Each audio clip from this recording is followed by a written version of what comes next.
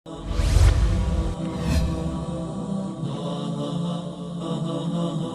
یہ کہ خرچ کے اندر دو درجے ہیں، ایک اسراف اور ایک تبذیر۔ اسراف تو یہ ہے کہ ضرورت کی جگہ پر ضرورت سے زیادہ خرچ کیا جائے۔ خوراک آپ کی ضرورت ہے، لیکن ایک سالن روٹی سے بھی وہ ضرورت پوری ہوتی ہے۔ کئی کئی کورسز کے ڈنرز، عام گھروں میں بھی کئی کئی سالن پک رہے ہیں، یہ اسراف ہے۔ اپنے کپڑوں سے بڑے بڑے جو ہیں وہ المارے بھرے ہوئے، وارڈروب کے وارڈروب بھرے ہوئے، یہ سارا کیا ہے؟ اسراف ہے۔ ایک چھت تو ضروری ہے اپنے اوپر ہونا، لیکن ایکڑوں میں پھیلے ہوئے محل، یہ اسراف ہے۔ اسراف سے بڑھ کر تبذیر ہے، اسراف سے بھی منع کیا گیا ہے، لیکن اس سے آگے بڑھ کر تبذیر، ان المبذرین کانوا اخوان الشیاطین، اتنا سخت لفظ۔ مبذرین تو شیطانوں کے بھائی ہیں۔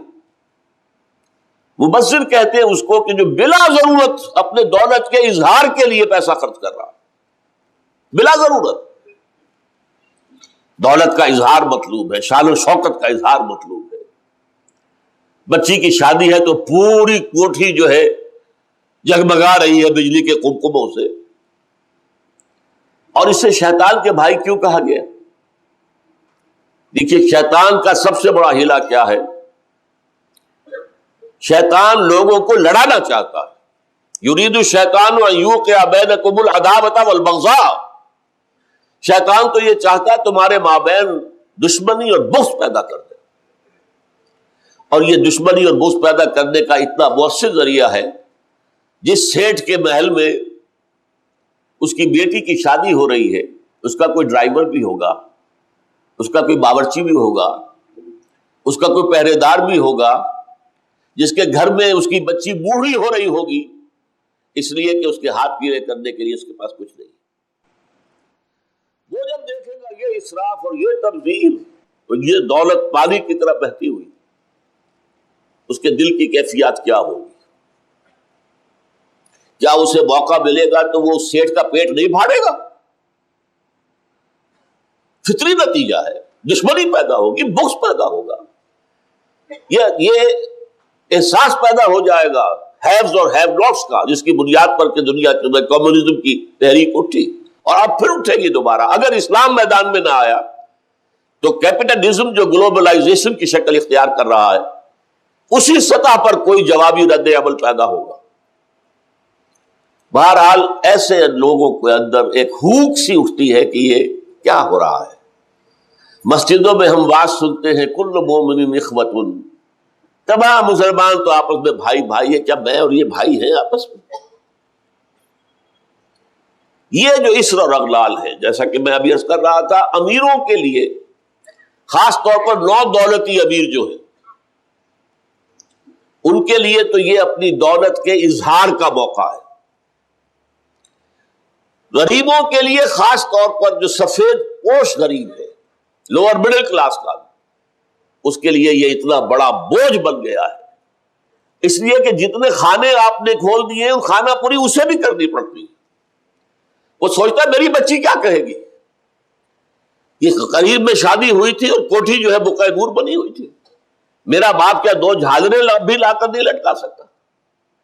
جو کچھ ہو رہا ہے کسی نہ کسی درجے میں انہیں کھانا پوری کرنی پڑتی ہے، اور جو بوجھ ان پر پھر پڑتا ہے اس کا آپ تصور نہیں کر سکتے۔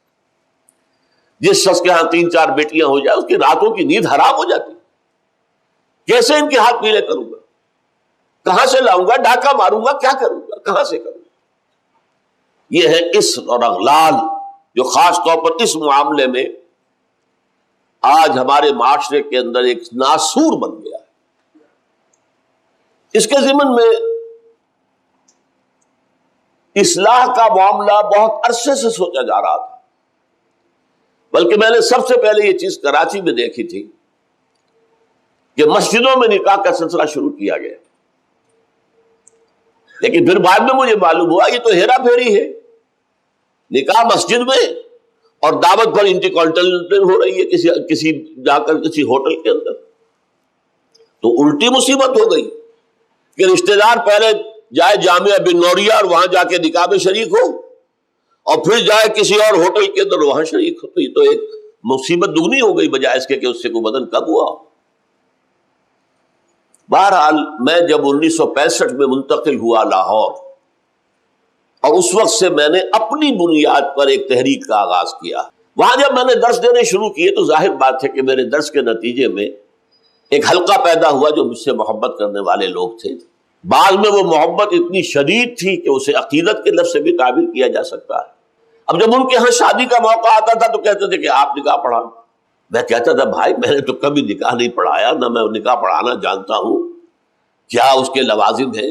لیکن نہیں، جب میرے ایک بہت قریبی ساتھی نے کہا کہ یہ میری بیٹی کی خواہش ہے جس کا نکاح ہونا ہے، تو میں نے ہتھیار ڈالے، نکاح کا میں نے سلسلہ شروع کر دیا، اور میں اپنے ہر نکاح جو میں پڑھاتا تھا اس کے ساتھ تقریر کرتا تھا، اور اس جو بھی وہاں پر تبذیر اور جو فضول خرچی ہوتی تھی، اسراف، اس کے خلاف اس کی مذمت کرتا تھا۔ لوگ سن لیتے تھے، رسومات کی مذمت کرتا تھا، لوگ سن لیتے تھے، گردن جھکا لیتے تھے، لیکن پرنالہ وہی کا وہی رہتا تھا۔ اگلی شادی ہوگی تو ہوگا وہی، کیا کریں، عورتیں نہیں مانتی، گھروں میں راج عورتوں کا ہے، خواتین کا ہے۔ پھر میں نے طے کیا 1973 کے اندر اب میں کسی محفل نکاح میں شریک نہیں ہوں گا جو مسجد میں نہ ہو۔ آج تک قائم ہوں اس پر، 31 برس بیت چکے ہیں۔ پھر مسجد میں نکاح پڑھاتا تھا، لوگ جا کر پھر دعوت دے دیتے تھے۔ میں نے کہا میں کوئی ایسا نکاح نہیں پڑھاؤں گا جس کے ساتھ کوئی دعوت تام بھی ہو۔ اس کے دلائل میں بعد میں عرض کروں گا۔ پھر میں نے یہ کہا، آخری بات